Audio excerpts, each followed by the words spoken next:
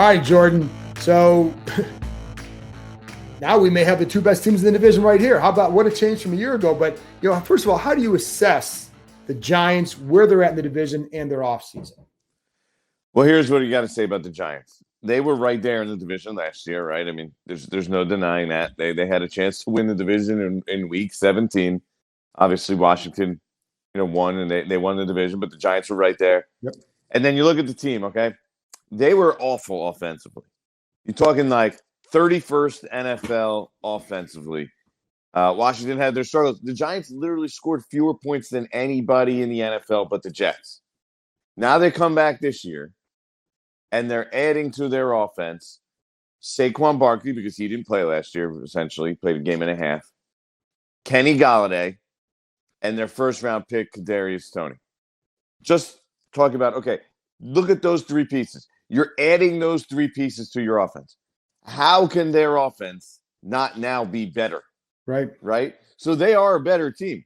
They should be a better team. And then you can go to the things like Jason Garrett's second year, Daniel Jones's third season, second season in the offense. There's reasons to believe there should be at least incremental growth in those regards as well. I mean, I didn't even mention they added Kyle Rudolph too, right? Who's a red zone target at the least, a guy who should be able to contribute. I mean, they made a lot of moves offensively. They signed John Ross, who's a crapshoot, but he's a first-round talent. I mean, they made a ton of moves offensively to make sure their offense is better, and their offense will be better. I mean, I don't know how you can add those guys unless they all get hurt and not expect the offense to be better than a team that, would they average? I think it was like 16 points a game last year or whatever it was. Something that was just brutal. So now the defense, they played great last year for what they were. They might be around the same. I mean, they added some pieces, but they still lack that big edge rusher.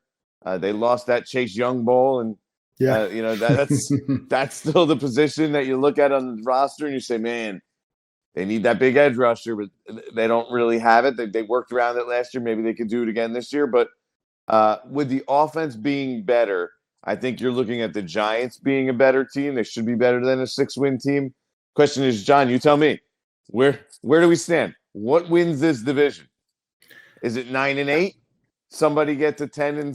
I think somebody gets to 10. These numbers are crazy, by the way. I can't. I know it's too awkward for me. 10-7. It just sounds too weird. But I do think one of these teams gets to 10 wins.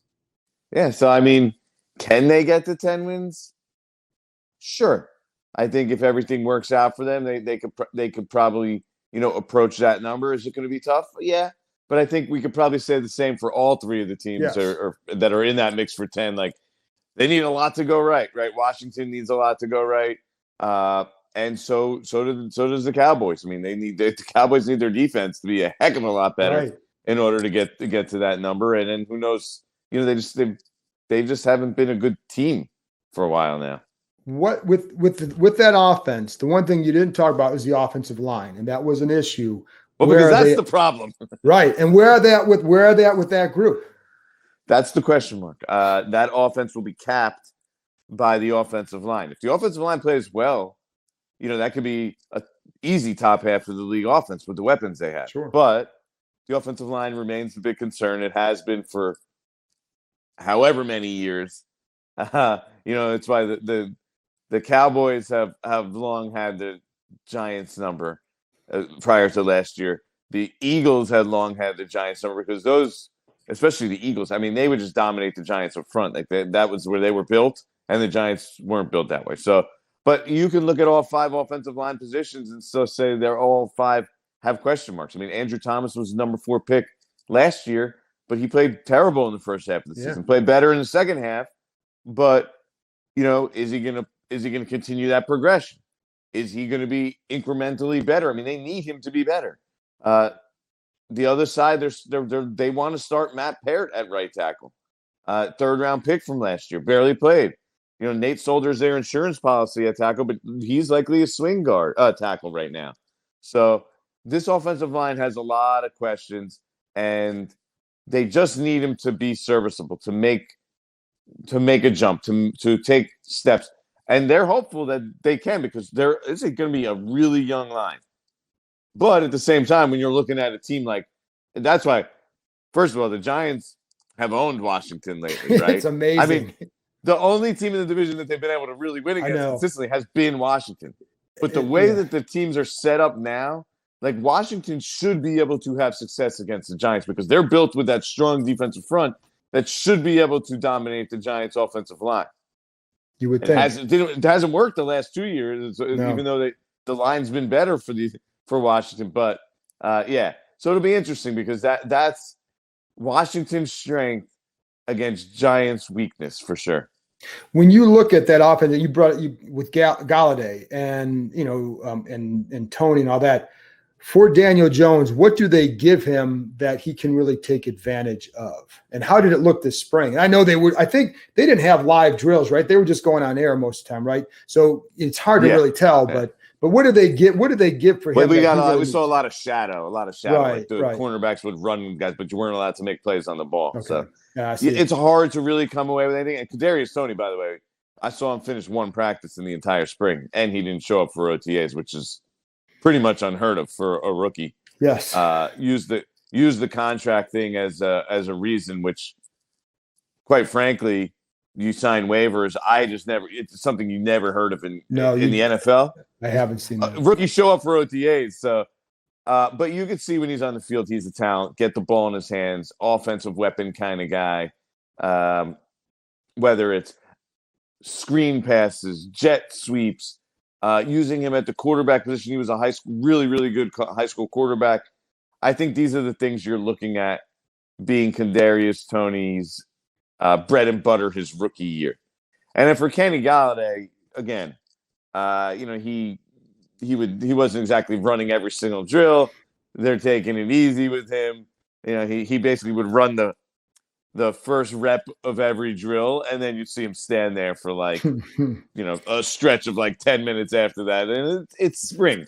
It's mini camp. Right. This is basically a glorified passing camp. He's been working at times with Daniel Jones off the side. But really what he brings to the Giants and the comparison, and I get it. Usually I poo-poo these comparisons because the Giants love to do these kind of things, and Giants fans, we say, 2007 and 2011, we had this. They started 0-2 then. They could do it now. It's not the same team. But he does bring a lot of the same skills that Plaxico Burress brought to the Giants. He has that size. He has that ability to go make contested catches. He's a really big red zone target. Like, he's not super fast, but he can make plays downfield because he could jump up and make plays over defenders. Like, that's what he brings. That's his skill set. That's what he brings to this offense. And the reason why the Giants felt such a need to go get Kenny Galladay is because that was such a need for this offense. That's specific skill set. Mm-hmm. That number one X receiver who can go up, make tightly contested catches, plays in the air. Because look, they just did not have that. Darian Slayton's like a speed guy. Sterling Shepard was a slot guy. Golden Tate was more of a slot guy. That was kind of the problem. They had two of the same. Right. That they would play outside, but those are not big guys at all. I mean, they're both under 6 feet. Darius Slayton, not the biggest guy in the world, more of a long range speedster. So this was a position that they desperately needed to fill. And the only person out there that really filled with those prerequisites, right? Will Fuller's a speedster. I mean, whoever else was out there, off the top of my head, I'm not remembering. But like, it wasn't Kenny Galladay was that guy. Right. And that's why the Giants paid him what they paid him. Because they knew this is the guy that we need in our offense with that skill set. We will pay him. Like, whatever it is, that's his value, we will pay him. Are you buying Daniel Jones year 3? I'm buying. Well, what do you mean? What is buying Daniel Jones? Are you buying that? Are you buying that he is the guy, that he can be the guy that leads a team like this and takes them where they need to go? I'm not sure if he's a real, Super Bowl winning quarterback. I don't think anybody knows that until they do it. Do I think he's a starting quarterback? Yes. Do I think he's better than what we saw last year? Yes. Okay. He had nothing last year. Last year was around him. Last year was just a disaster for the Giants offensively in general. First year of Jason Garrett's offense, not especially innovative. Everything was working against him. Now, I think he will make a jump. Like I said, how do you add those guys and have him play the same level that he did last year? So I think there will be a progression. There will be a jump. Now, he can make all the throws. The question that still remains with Daniel Jones is how does he handle pressure, right? Is he able to not make the foolish mistakes under pressure? Is he able to slide around and still make plays when he's under pressure? Or does he just panic? That's been the problem a lot the first 2 years. And we could sit here and watch OTAs, mini camp, training camp. None of that means anything with Daniel Jones. Right. We're not going to know what Daniel Jones truly is until it's in game action. And you saw an improvement with the turnovers last year. So that was a step in the right direction. He needs to take it one more step and obviously play much better than he did last year. You know, he threw 11 touchdown passes last year. I know. I mean, in today's NFL, that is hard to do. Hard. 11 touchdown passes and 14 starts. So that I was surprised by those numbers. He'll be better. I mean, I was too. Absolutely. He had a regression last year. It pretty clearly he did not play great. He'll tell you that. Washington fans probably didn't see that regression as much as everybody else did, but it was there. It was there. But you saw that game in his rookie year 2 years ago. That was the best game of his career. It's funny because the perception of Daniel Jones after his rookie year was pretty good. He had some really good games and flashed a lot. And you're like, okay, he can make that jump. Second year, now the perception is in the other direction because he didn't have as good a year. He struggled the second year. So I think the reality is he's somewhere in between. Good. He could be a good quality starting quarterback, though. I really believe that. I think we'll probably see that this year. What's your take on Joe Judge? Year two, going into year two, what's your take on him? There's a lot to like with Joe Judge. I mean, I know they went 6-10, and I'll be the first to point that out.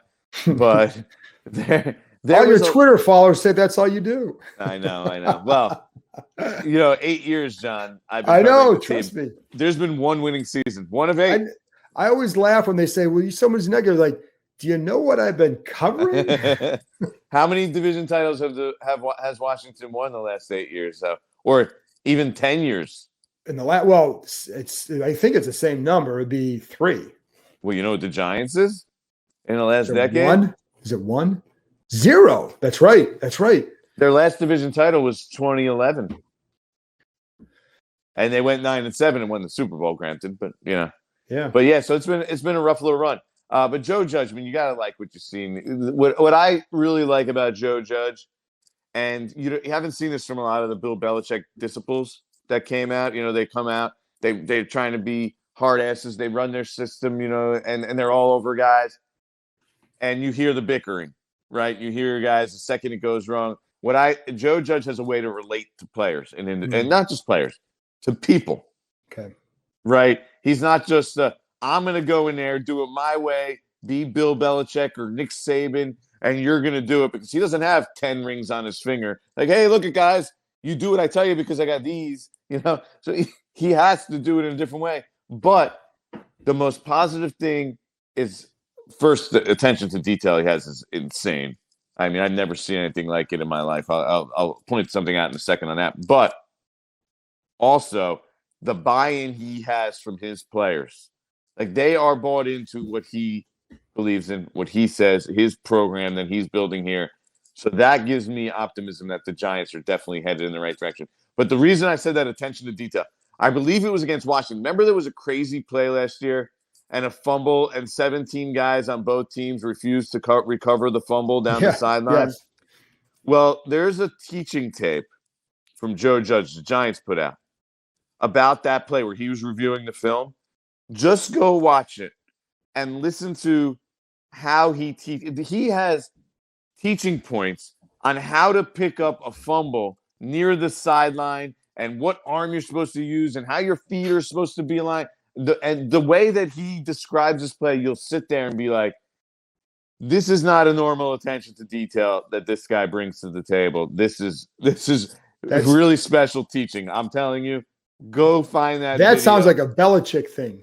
It is. I mean, it's a Belichick, Nick Saban thing. I mean, he views himself as a teacher, and this is a perfect example. And the way that he's looking at every little thing to find an advantage in regards to, if he gets his team to play a certain way, even if they have this much of an advantage, at some point that'll come into play and help his team win. And that's what the best guys do. And it's funny because one of the things that Washington's linemen were doing this offseason, their O-linemen, working on coming off blocks, seeing loose ball, how to recover a fumble. And I put out some video of it. And the first time I put out a video, people thought that their first round pick got hurt because all they do is they saw him go down. I'm like, oh, no, wait a minute. There's a ball there. So I get your concern. But then other people were like, why are they doing that? He's going to get hurt doing that. First of all, you're an athlete. If you get hurt falling down, you're not going to make it in the NFL. But secondly, that's attention to detail too, where you work on these things because that one fumble recovery might be the difference in the game, which could be the difference in your season. So, but last thing here, Jordan, how do you view Washington going at this point, going into the season? How do you view them? I'm actually a big fan of Washington. I think that defense they're building something really special there. Like that, when you have two pass rushers like that and a defensive line of that ilk, that's how you build, in my opinion, a successful team in this league, and especially on the defensive side, especially obviously. And so they have that. So as long as those guys don't get injured, I mean, I think I picked as my NFC East MVP Chase Young. I mean, he's going to be an absolute stud. Yeah, I mean, he's going to be ridiculous when you have guys like that. The Von Millers of the world, go back to like the Giants, Lawrence Taylors of the world, like guys that are that good as edge rushers. It just makes your team and defense that much better. I mean, the Giants had it with Michael Strahan, right? Like those guys are different. And their defense, I think, would they finish second in the NFL last year? Yes, yeah. Depends on, I guess, what depends on the metric, but they were top 5 defense, right? And I don't see why they wouldn't be a top 5 defense again. Now, I'm not the biggest Ryan Fitzpatrick fan. Far from it. I don't think if you're ultimately trying to win anything serious, you would want Ryan Fitzpatrick. But I do think when you look at him, I mean, Alex Smith was playing last year with one leg. Taylor Heineke, Kyle Allen. So is he better than those guys? I do think he's better than those guys. I wouldn't want him as my quarterback over a 17-game season, and I'd be a little worried because, hey, Washington has this great defense they're building. Right. But what's their future at the most important position on the field, which you can't really win anything until you solve that position, is they don't have that quarterback position filled. So as an outsider perspective, I like them a lot for this year in a division that's not very good. But until they solve the quarterback dilemma, what are you really winning? Right. And I think that's something that I think the philosophy was, if you can't find that guy, then keep building the roster. But at some point, you've got to aggressively get that guy. And I think that'll be next offseason. But I think you're right for this year. I think what Fitzpatrick offers them will be better than what they had last at the position. I think the whole group the dynamic will be better as far as because we also saw Dwayne Haskins start 6 games, and they were 1-5 in those games. I didn't even add in Dwayne Haskins, and that was brutal. And so but we'll see. But I think like you with the Giants, I think the Giants, I like that team. I like the direction they're going. And I like the direction this team is going. It could be a fun race for the NFC in a different way than it was last year. Was a fun way from a train wreck standpoint. It's like, who's going to be this year? I think it could be who's the best of the worst, right? Right. I think at least this year you have 3 teams capable of winning 10 games. And so I think granted in a 17-game season, but yeah, right. Well, yeah, but it's the equivalent of being like 9-7 last year. But even I think could one of those teams get to 11? I don't know. Then it depends on how the schedule breaks, and this team plays a lot of good quarterbacks this year, and so who knows? But I do think all 3 are capable of that. Which what this means, of course, it means Philly wins the division. Of course. The odds, though, are kind of strange. The Washington and Dallas are close to even in regards to being the favorites of the division. Both there, whichever one isn't, the odds are right. Really low. The Giants are plus, last I checked, they were at one point plus 450 to win the division. which was pretty big.